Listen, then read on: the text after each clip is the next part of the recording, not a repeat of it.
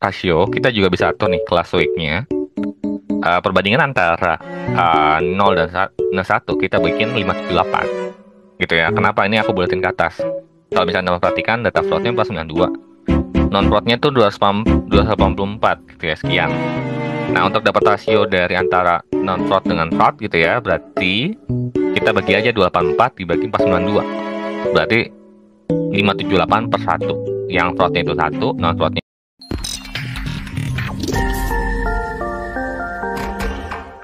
Halo semuanya, ketemu lagi di hari ini. Jadi hari ini kita akan melanjut materi kita terkait fraud detection. Kalau misalkan di seri sebelumnya kita mempelajari terkait garis besar dari supervised learning, kita akan masuk tune in lebih dalam terkait tune model dari supervised learning yang kita miliki gitu ya. Jadi kita akan melakukan setting parameter. Jadi kita menentukan mana parameter yang terbaik dari model yang kita miliki. Kita evaluasi dari model sebelumnya.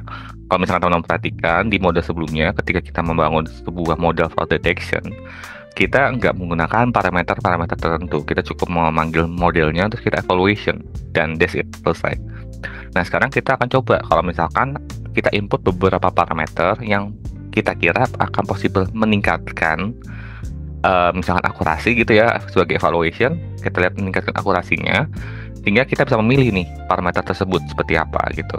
Termasuk dalam pemilihan parameter tersebut, kita juga bisa melakukan integrate, artinya nggak usah kita menginitiate satu-satu parameter, tapi kita bisa langsung menggunakan satu function, dan itu kita importkan beberapa parameter yang sama di dalam satu kelompok. Misalkan kedalamannya aku buat 10, 15, 20, 30. Nanti ntar si model tuh evaluation tuh mana yang terbaik dari parameter-parameter tersebut, sehingga kita bisa tahu nih kalau yang misalkan kita mau dapetin hasil model yang terbaik, kita memilih parameter-parameter tersebut. Karena kita mungkin sebagai developer gitu ya, kita kan nggak tahu ya mana parameter yang terbaik.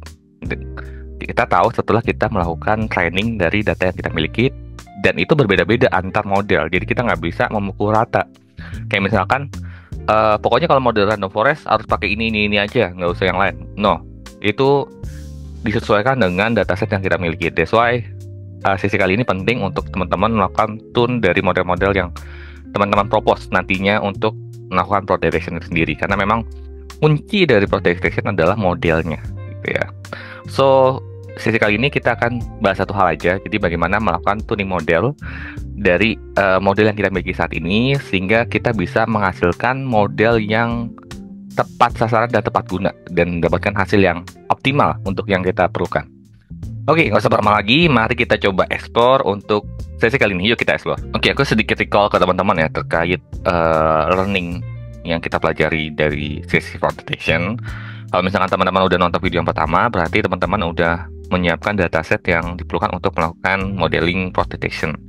Once model dataset udah siap, kita melakukan modeling, ya, modeling sederhana dari yang kita pilih lah, misalkan logistic regression gitu ya. Nah, terus habis itu kita akan coba pecah nih, karena penerapan dari fraud detection itu nggak terbatas untuk supervised learning, namun ada unsupervised learning, ada text data.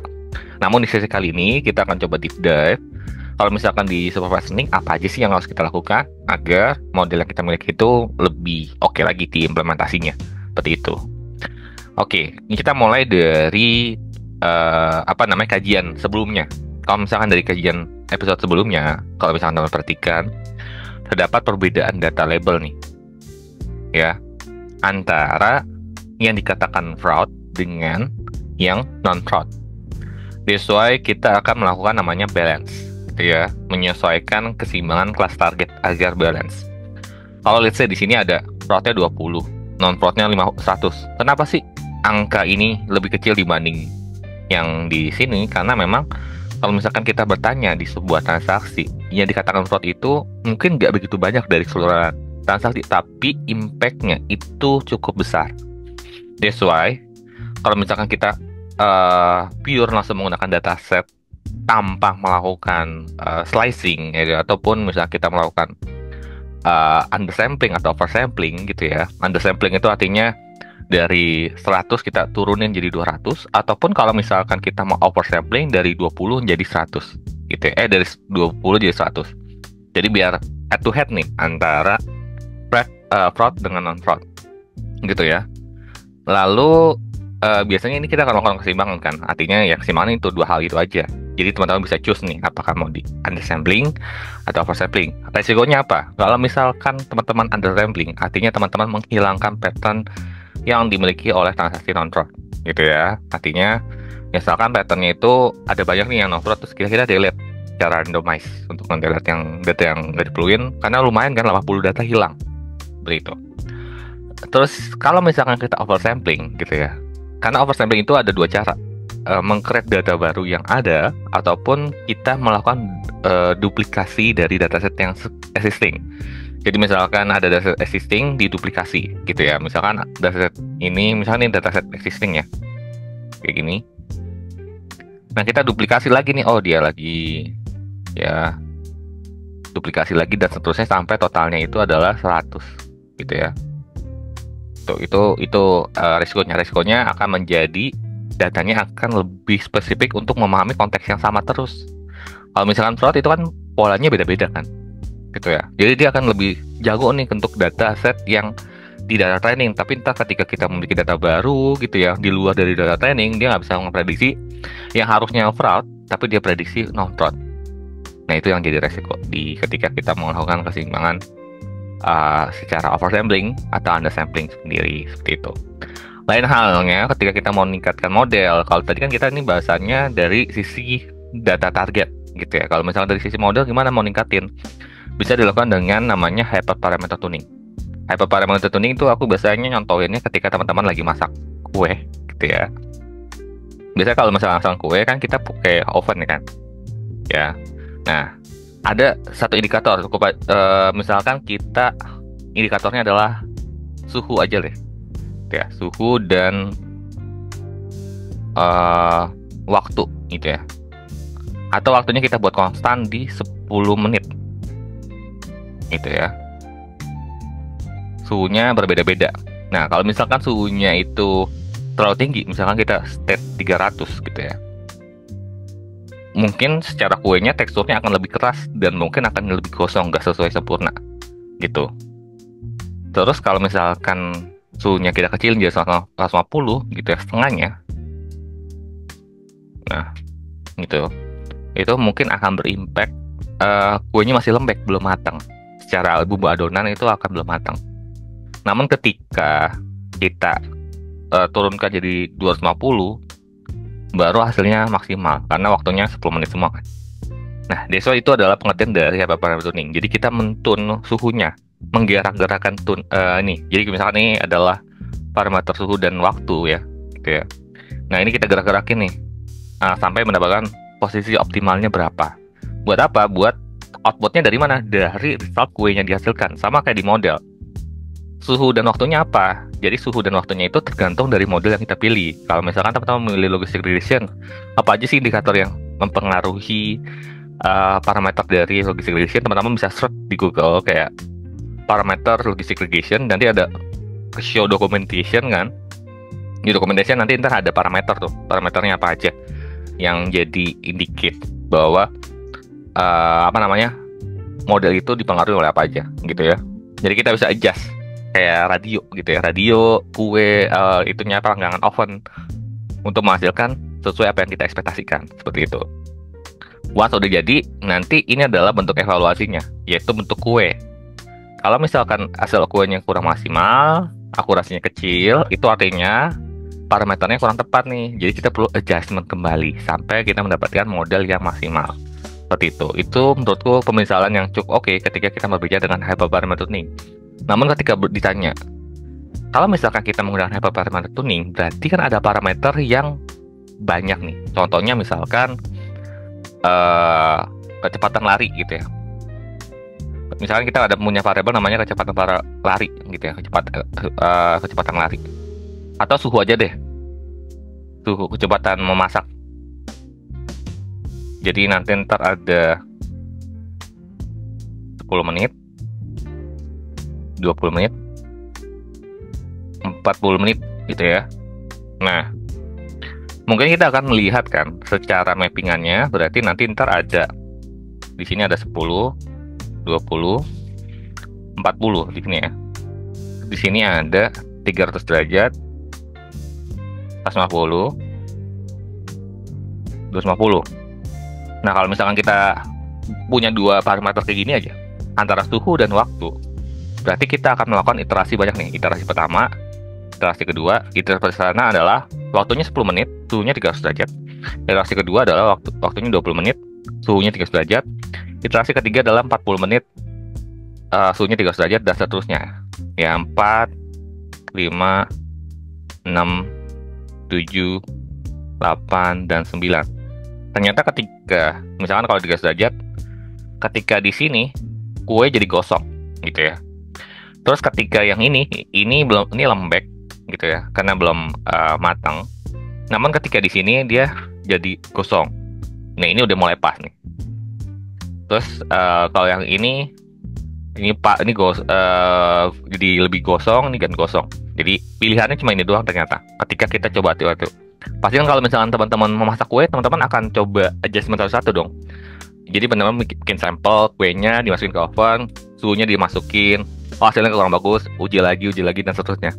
Kalau misalkan kita kaitannya sama model, berarti kita harus ada beberapa model yang kita create dengan parameter-parameter yang disebutkan tersebut.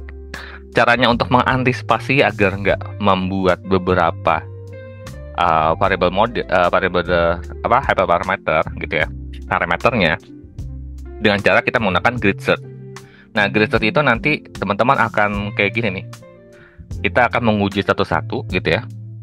Namun teman-teman nggak harus menginisiasinya dalam satu model gitu ya. Langsung aja sebutin suhu dan waktu memanggang, range-nya berapa aja. Suhunya dari berapa ke berapa, waktu memanggang dari berapa dan berapa. Nah, di dalam grid search itu ada namanya grid search yang satu persatu gitu ya, ataupun ada yang namanya randomized search gitu ya. Kalau randomized search artinya dia akan memilih secara random. Misalkan di sini ada 9 percobaan gitu ya. Dia mungkin memilihnya hanya 6 percobaan aja. Jadi nggak semua percobaan dia pilih.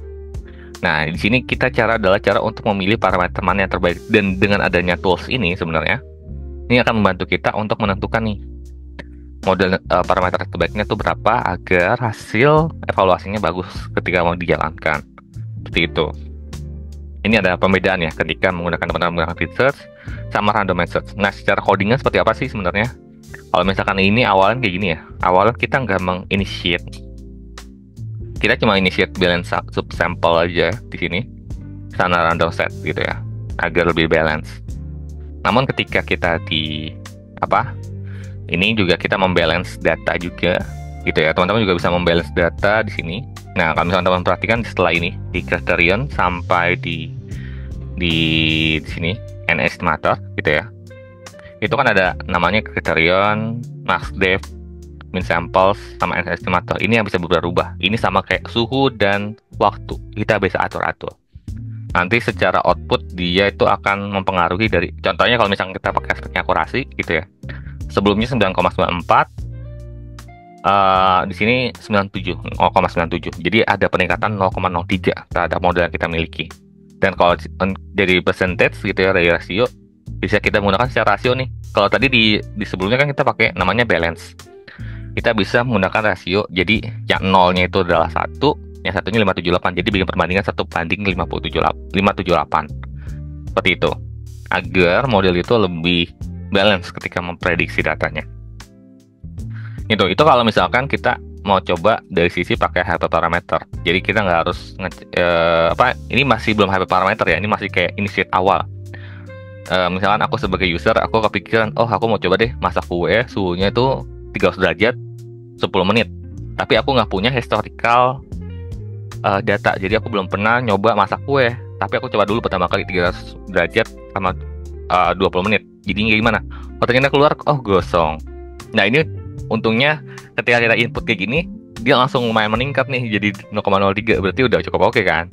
Nah, somehow kita bisa lakukan lagi assessment untuk mencoba masukkan parameter-parameternya, list parameternya.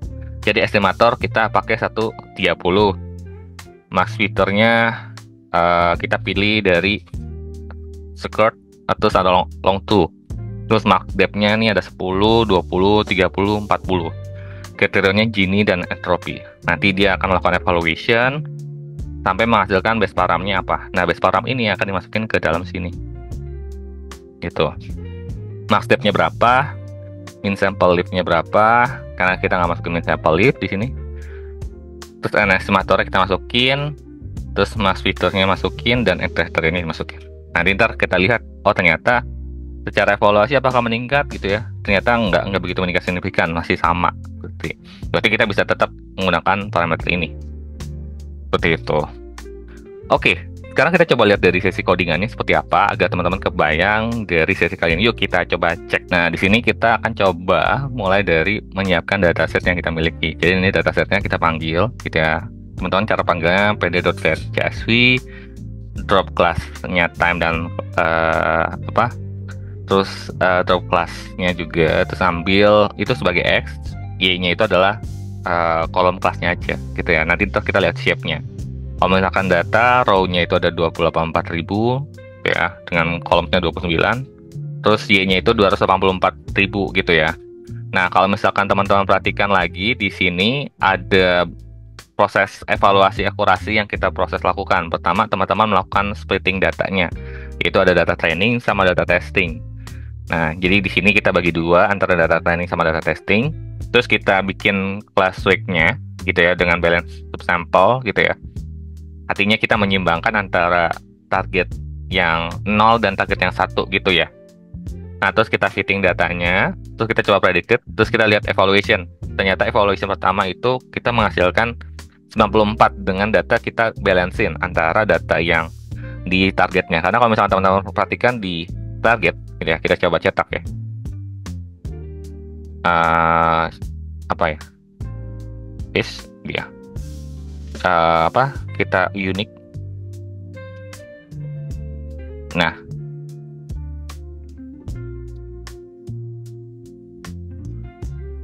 atau pakai value kan aja ya. Nah, kalau misalnya teman-teman lihat konten dari kolom Y itu kan ada 0 sama 1. Jadi dia akan berusaha untuk menyeimbangkan antara yang Y yang 0 sama 1. Kalau misalkan kita lihat dari komposisi datanya, yang 0 itu ada 284.000, yang 1 itu ada 492 gitu ya. Jadi ada kejomplangan nih datanya. That's why kita perlu namanya balance. Ketika kita balance ternyata akurasinya 94 gitu ya di subsample balance-nya. Gitu ya. Nah, sekarang model yang ini nih, model dari ini kita coba bikin function agar ketika kita mau uji coba kita nggak harus nulis satu persatu kayak gini. That's why kita gunakan function. Di sini kita bikin function namanya eval model output. Kita masukkan data yang kita perluin adalah xtrain, ytrain, xtest, ytest sama modelnya apa. Nah, dari modelnya nanti di fitting, di predicted, dihitung probability-nya, kita hitung ROC-nya, sama classification-nya, dan combustion mapping kalau misalkan kita perlu ya. Nah, kalau misalkan kita lihat dari ini dijalanin, terus kita lihat dari proporsi. Ini kalau ini kan langsung ditentuin ya. Yang di sini, ini kita langsung nentuin. Kalau misalkan pembagian balancingnya itu sesuai dari modelnya, kita terus balance subsample. Namun ketika kita mau bikin rasio, kita juga bisa atur nih class weight-nya. Perbandingan antara 0 dan 1 kita bikin 578 gitu ya. Kenapa ini aku buletin ke atas? Kalau misalnya teman perhatikan data float-nya 492, non float-nya tuh 284 gitu ya, sekian. Nah, untuk dapat rasio dari antara non float dengan float gitu ya, berarti kita bagi aja 284 dibagi 492, berarti 578 per 1. Yang float-nya itu 1, non float-nya itu 578. That's it gitu, rasio, secara rasio. Nah, udah kita masukin input di sini. Nah, kita masukin nih inisiasi suhu. Oh ya, suhunya kalau misalkan di dalam oven. Itu ada criterion, ada mass depth, min sample lift, dan seterusnya. Sudah masuk, kita lakukan evaluasi lagi. Apakah dari parameter tersebut meningkatkan akurasi atau enggak? Ternyata setelah kita lihat meningkatkan akurasi nih. Oh, oke, udah cukup oke nih berarti parameternya. Namun sebagai developer aku kurang yakin apakah ini adalah yang terbaik atau sebenarnya ada yang lain. Jadi aku gunakan namanya grid search. Nah, di grid search gitu ya, ini aku masukkan N estimator sama max filternya, terus max depth sama criterion yang menurutku kritikal dalam bangun modelnya. Nanti kita masukin di grid search, dimasukin estimator modelnya di sini. Terus parameternya itu adalah parameter yang mau kita evaluation di sini. Terus kita menggunakan cross validation. Cross validation itu artinya kita membagi datanya jadi 5 kali percobaan. Jadi ada kesebaran datanya. Misalkan misalkan data itu kan dibagi dari training dan testing, gitu ya. Berarti kan posisinya adalah 20% pertama, ya mungkin 20% data pertama misalkan dibanding sama 20% data selanjutnya. Nah, bisa jadi juga kita bisa ubah jadi 20% data kedua. Data kedua tuh misalkan kalau data pertama itu 1 sampai 20 gitu ya. Ini 1 sampai 20 raw-nya ya. Terus ini 21 sampai 40. Terus dan seterusnya. Jadi nanti ntar dari CV ini misalkan ada 5, berarti kita terusin. Nah, berarti kan ada 5 cross validation kan. Berarti nanti dia akan mensebarkan dataset yang kita miliki, misalkan ada 100 data gitu ya. Nanti yang dataset 1 sampai 20 pertama itu jadi testing, sisanya jadi data training. Terus nanti ntar 21 sampai 40 data testing, sisanya jadi training dan seterusnya. Di uji coba satu dan dia akan melakukan summarization. Secara rata outputnya berapa nih gitu ya di evaluation akurasinya. Nah, terus scoring kita pakai recall. Kalau misalnya sebelumnya pakai akurasi, sekarang kita scoring pakai recall. Nah, teman-teman bisa juga sesuaikan sih. Jadi kalau misalnya kita memang parameternya adalah akurasi, di sini kita ganti akurasi. Tapi kalau misalnya kita parameternya adalah recall, berarti kita lihat recall. Coba sekarang kita lihat recallnya. Apakah meningkat di sini? Di sini kalau misalnya kita perhatikan, dia dari 1 ke 0,82, dia 1 ke 0,75. Ya, gitu ya, meningkat ya. Sekarang kita coba jalankan ini. Kalau kita jalankan, kita dapat kepilih datanya itu apa parameter terbaiknya ini. Pakai entropi, max depth-nya 10, max filternya log 2, n estimator 30. Terus kita lihat outputnya di sini. Nah, teman-teman lihat apakah meningkat nggak? 0,82, 0,91 gitu ya. Nggak berubah signifikan banyak ya, tetap akan sama dengan parameter tersebut. Namun kalau misalkan kita dari sisi akurasi pun juga beda-beda tipis nih antara yang di atas sama yang di bawah. Nah, kita masukin ke sini. Nah, teman-teman boleh milih nih, apakah milih yang parameter yang udah kita lakukan iterasi uji atau mau pakai yang sama yang ini sebagai base parameter gitu. Oke, itu dulu teman-teman untuk sesi kali ini. Semoga ngebantu buat teman-teman melakukan tune dari dataset fraud detection gitu ya. Ini langkah awal yang cukup baik untuk teman-teman pelajari ketika teman-teman mengetahui bahwa dataset itu perlu diimprove dari sisi modelnya. Nah, modelnya apa yang mau dilakukan, bisa teman-teman lakukan namanya balance dataset terlebih dahulu. Jadi dataset yang dimiliki antara target Y0 sama Y1 yang ini kita balancing nih gitu ya. Nah, balancing itu bisa langsung di dalam model ya. Di dalam model bisa teman-teman ketik balance subsample ataupun bisa teman-teman lakukan namanya class week gitu ya, terus bikin rasionya. Itu juga bisa. Nah, selain itu, selain kita membalancekan data, kita juga menguji parameter-parameter yang terkait untuk meningkatkan model. Kalau misalkan kita initiate kayak gini gitu ya, terus dapat yang hasil yang terbaik, ya udah kita bisa milih model ini. Namun kadang-kadang kita kan hasilnya kurang bagus nih, malah drop. Terus kita coba satu-satu kan, oh ini nggak bagus, ini kita ganti ini 20, ini ganti 30, terus ini ganti 40, terus ini tetap, dan seterusnya. Bayangkan teman-teman ada banyak banget yang teman-teman jalankan ini. Nah, itu bisa diakomodir dengan menggunakan namanya grid search. Nah, grid search itu ngebantu teman-teman ngecek dibanding teman-teman bikin codingan satu-satu kayak gini. Nanti ntar ini codingan kedua, terus bikin codingan lagi, terus ganti lagi di sini. Jadi ini 40, di sini 50, terus di sini jadi 60 dan seterusnya. Banyak banget kan. Nah, secara waktu agak lama, terus teman-teman harus ngecek satu-satu nih mana yang terbaik. Nah, kalau misalkan dengan grid search, teman-teman bisa langsung nentuin nih kayak gini. Dapatin parameter terbaiknya apa aja. Nah, parameter terbaik ini teman-teman gunakan untuk di define model parameternya. Ternyata bagus kan? Ya udah, itu bisa dipilih buat teman-teman untuk dijadikan baseline gitu. Oke. Itu dulu Dan sampai jumpa. See ya.